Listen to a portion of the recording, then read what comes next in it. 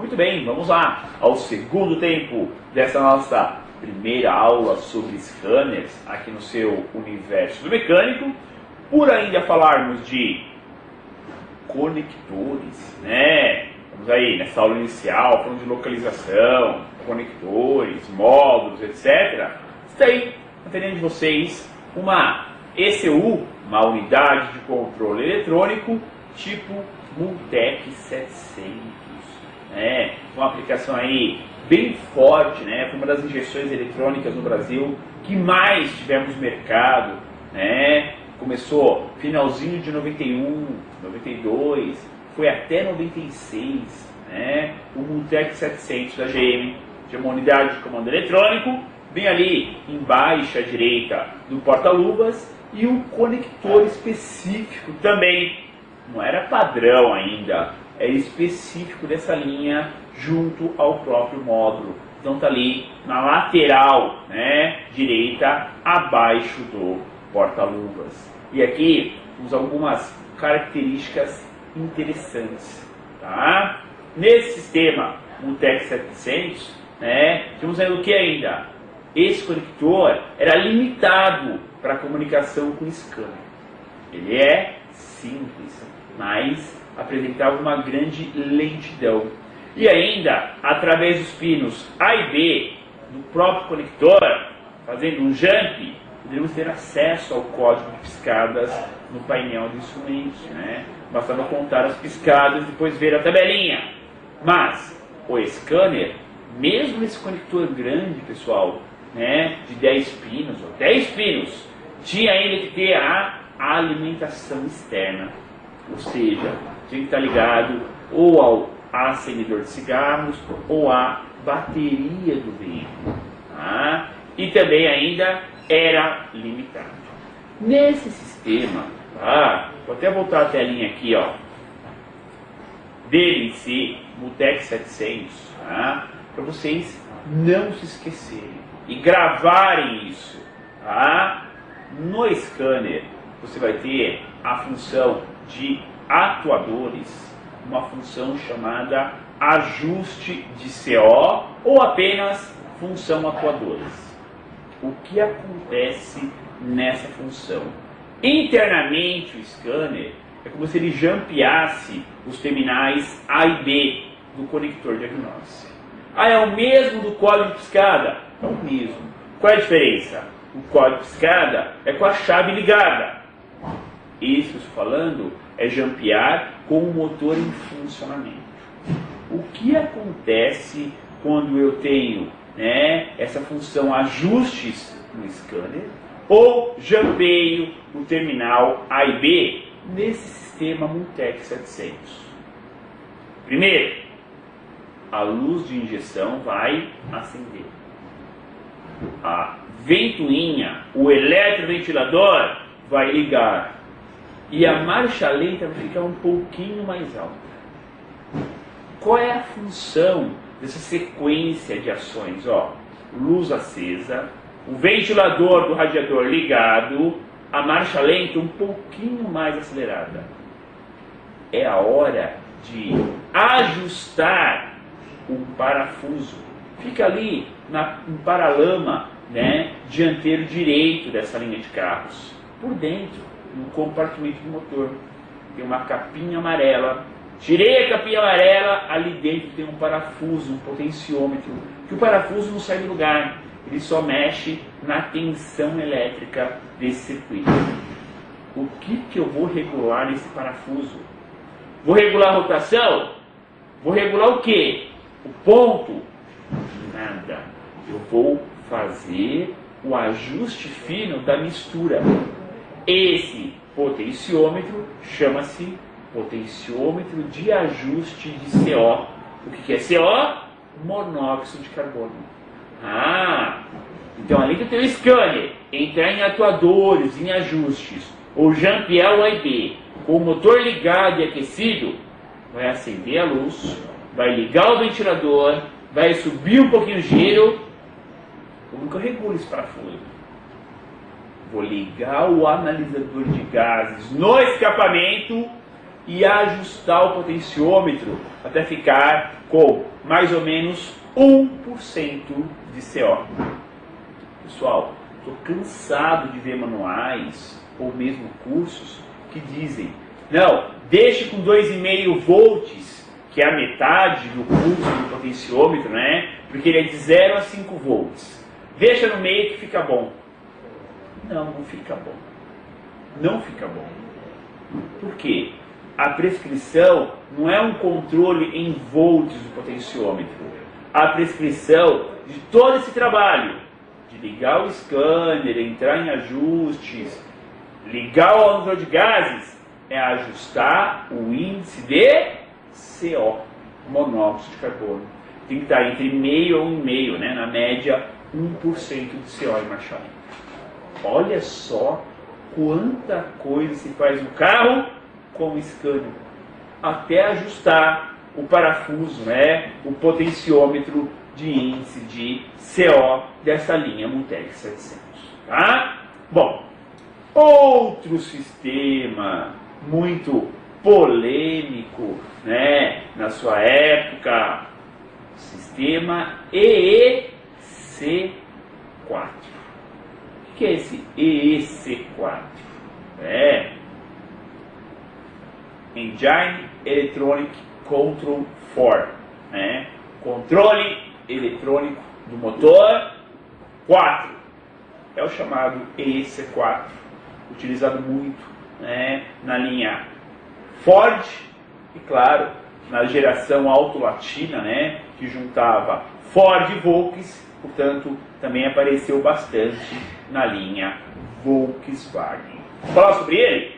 EEC4, com acesso apenas a falhas presentes e passadas, e ainda com muita limitação, é o que chamamos de uma verdadeira frustração ao se diagnosticar esse sistema com um scanner. Pessoal, o problema não é o scanner. O sistema EEC4 é que é muito limitado. Limitado de memória, limitado de apresentar leituras, limitado de ajustes, ou seja, não tem nada. Você entra com o scanner praticamente para ler as memórias de falhas do veículo parado, depois funcionando e acabou. É o teste de memória CAN, memória ROM e com o motor funcionando. São 3 testes. Então ele capta defeitos presentes e defeitos passados com o motor parado e defeitos presentes com o motor funcionando. Esse sistema, EEC4, para se terem uma ideia, não dá leituras, não tem atuadores.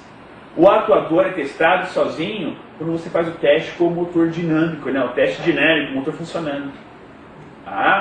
Tanto é que esse sistema, no teste dinâmico, ou seja, com o motor funcionando, se o veículo tem direção hidráulica, tem que esterçar a direção de um lado para o outro algumas vezes.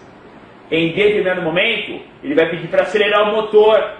Você dá uma acelerada brusca no motor, e solta. Ou seja, ele faz um autoteste, no sistema, mas tudo com muita limitação, né? Eu usei a palavra aí, frustração, né? Porque realmente quem tem scanner quer ler memória, quer ler sensores, quer comandar por si só os atuadores e por aí vai. Também esse conector do EEC4 precisa de alimentação externa, não é no próprio conector, é fora do conector, tá? Pessoal, esses são os mais basicões, né, que nós temos, tá? São os conectores, os terminais mais básicos em si que nós temos no nosso dia a dia. E aí começou a evolução. Olha aí, ó, conector de baixo, um EC5. Opa, Não é um EC4, não, isso já é Ford Ka, um EC5. Então não é a quarta geração, já é a quinta da linha Ford. Estamos já na sexta para a sétima agora, né? E em cima, à direita, o conector central de um Audi A3. Também já é um padrão 16 pinos, que já tem ali, ó, os dois têm no próprio conector, pessoal, positivo e negativo. Está ali, o próprio conector. Ou seja, ligou ali o conector, já é padrão. O 16 é positivo, né? Os centrais são negativos. O scanner já liga ali automaticamente.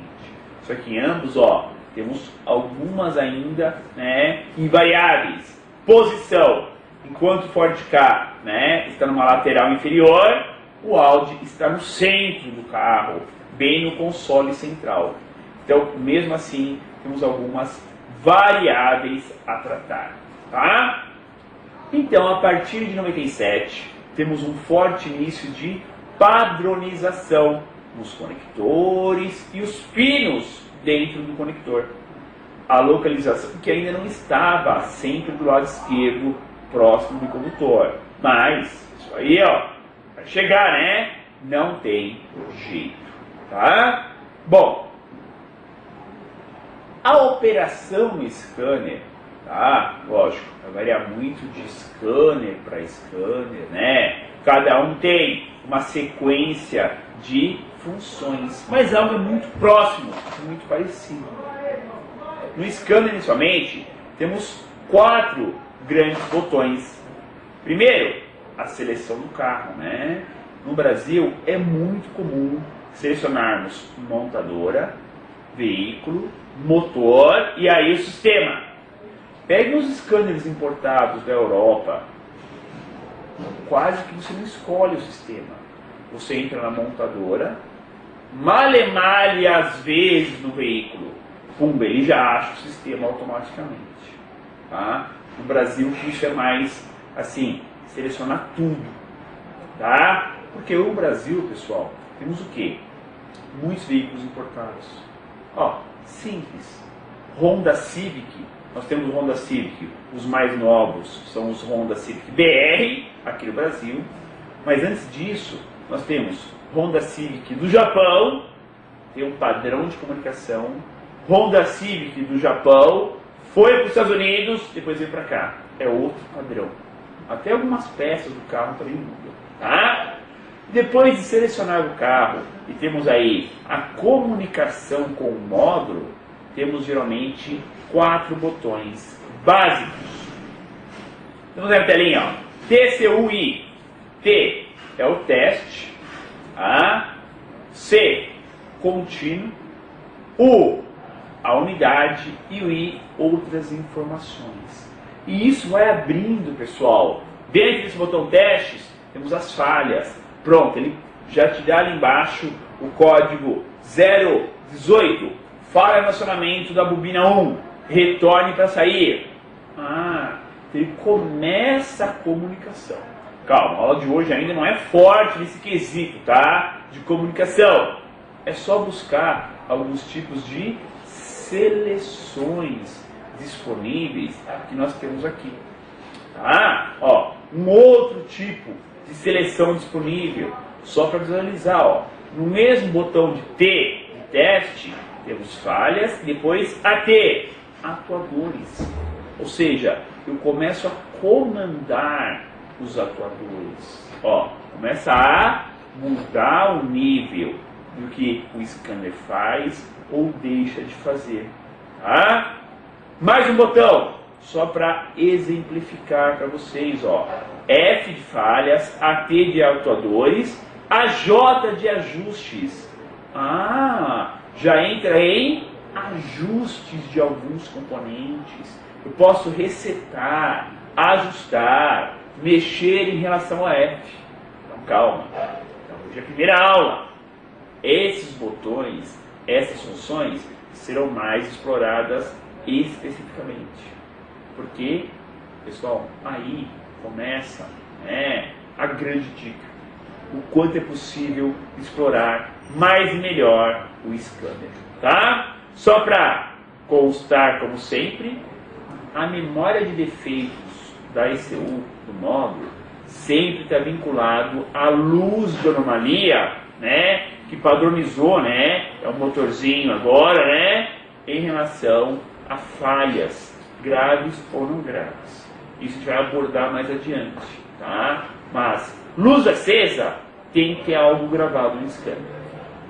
Luz apagada, nem sempre não tem nada gravado no scanner. Pode ser que tenha também, tá? E uma telinha que sempre vai nos acompanhar, né, nesse treinamento é isso aqui, ó. Os pinos padrões do conector OBD. O que é OBD? O Onboard Diagnosis, né? Diagnóstico em bordo, né? Diagnóstico dentro do veículo. E ali, ó, todos os pinos, né? Ó, pino 1 é destinado ainda a fabricante, ou seja, ainda não tem uma definição.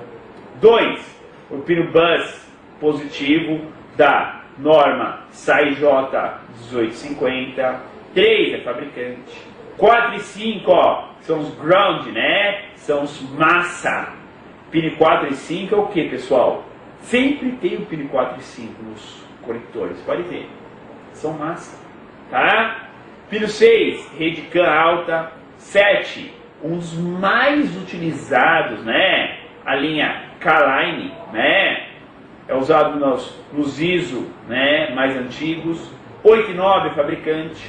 10 é o CAN bus, né, negativo na SAIJ 1850. 11, 12 e 13, pino de fabricante. 14, CAN de alta. 15, também muito utilizado, né, geralmente junto com o K, né? Temos a linha K e a linha L nos ISOs. E o 16 é o único positivo aí do sistema, tá? Pessoal, pegar um carro mais simples é que tem pelo menos 4 pinos. O positivo, 2 negativos e 1 de comunicação. E os mais complicados ou mais complexos vão ter vários pinos em seu conector, tá? Por falar em pinos do conector, né? São várias as publicações padrões, né? CAN, multiplexagem, ISO 11898, linha K, linha L, ISO 91412, ISO 14230, a SAI 1850, PWM, VPW, as ISOs, EOBD, que é a European Onboard Diagnosis, tá? Ou seja, são vários padrões de comunicação. Vários. Qual é a tendência? Tudo isso estar mais resumido, estar mais junto. Tá? Dica. Em um conector padrão, OBD2 e OBD ou OBDBR, não há riscos de queima do scanner, ou de disparo ou danos em algum componente. O que não devemos fazer é o quê? Não pode inventar, né? Tentar pinar o conector ali, adaptar alguma coisa sem conhecimento. Até dá para pinar, mas tem que ter o quê? Profundo conhecimento do que você está fazendo. Belezinha? Perguntinha antes do nosso plantão de dúvidas. Os scanners genéricos auxiliam o dia a dia do reparador? Resposta: sim, né? Mas há diferenças em ajustes, em programações e adaptações. Então nem sempre é igual. Mas, assim, os grandes fabricantes no Brasil correm muito atrás disso, o que ajuda muito os reparadores do Brasil. Belezinha? Vamos lá, pessoal, ao nosso plantão de dúvidas ao vivo aqui no seu Mac, né? Nova telinha aí, bonita, né? Do plantão de dúvidas. Vamos lá. Diomedes de Albuquerque Melo, lá de Brasília, fez o seguinte comentário: sou muito fã do scanner. Aliás, foi uma das primeiras ferramentas que comprei. Porém, é necessário entender o máximo mesmo, bem como nos sistemas de injeção eletrônica. Acho que ainda chego lá. Chega, com certeza. Tá? Afinal de contas, o scanner é um auxílio, tá, para o reparo do veículo. É necessário? Hoje, a tamanha tecnologia que tem nos carros, é necessário. Tá? Mas, mesmo sem scanners, é possível fazer muitos serviços no veículo. Muitos. Até mesmo a injeção eletrônica. Tá? Mas, o scanner te dá o quê? Velocidade. Pessoal, hoje o tempo é curto demais. Então o scanner auxilia muito na questão de velocidade do veículo. Zé Carlos Santana Filho. Olá, Estupino. Comprei o scanner há bem pouco tempo e utilizo pouco ainda. Tá? Tenho muita dúvida no que se refere ao AF. Vamos ter dicas sobre como ajusta o AF? Sim, com certeza. Tá? Agora, a questão é a seguinte. O ajuste do AF, tá? Né? Que é o AF? Em relação ao ar combustível, né? É fio. Tá? É necessário somente em algumas ocasiões. Ele é feito automático no dia a dia. A própria injeção eletrônica vai corrigindo e vai se ajustando. Quando tem que mexer no AF de um carro via scanner? Quando não teve o aprendizado normal. Aquele cliente que está com o carro com álcool, acabando o álcool, ele vai lá no posto, enche de gasolina e já para, a casa dele é ali pertinho. Não deu tempo de fazer o aprendizado. Ou seja, qual é a recomendação? Mudou o combustível, rodar pelo menos 10 km com o veículo. Não deu tempo. No scanner você vai lá e acerta o AF. Também você vai mexer no AF em que situação? O cliente chega e fala assim, Scopino, só estou usando gasolina, faz tempo. Você entra com um scanner em leituras e vê lá que o AF, poxa, você está usando gasolina, o AF tem que ser na faixa de 13 por 1. Está indicando 9 por 1, está indicando álcool. Por isso o carro está quadrado, está ruim. No scanner você consegue fazer a adaptação. Tá? Mas calma, aos pouquinhos vamos fazer aí, ter os acessos a essas informações. Tá? Dúvida do Emerson. Olá, Estupino. O padrão ALDL dá para acessar de scanner ou só por código de piscadas? Pelos dois. Tá? O ALDL, que é aquele conector do Multec 700, por exemplo, também usado em alguns ômegas, Vectras, né? Dá para acessar contando as piscadas, jampeando A e B, ou também via scanner. Marcelo Reinaldo Godoy. Professor, no TEC 2, que é o scanner GM, temos até a opção de 3 mapas de ignição para programações, dependendo da quilometragem do veículo. Por exemplo, Vectra com a injeção M154. O scanner genérico também faz essa função. Tá? Também você programa os 3 mapas, tá? De ignição. Só que não é o TEC 2 que resolve isso. É que a GM liberou essa programação para esse Vectra M154.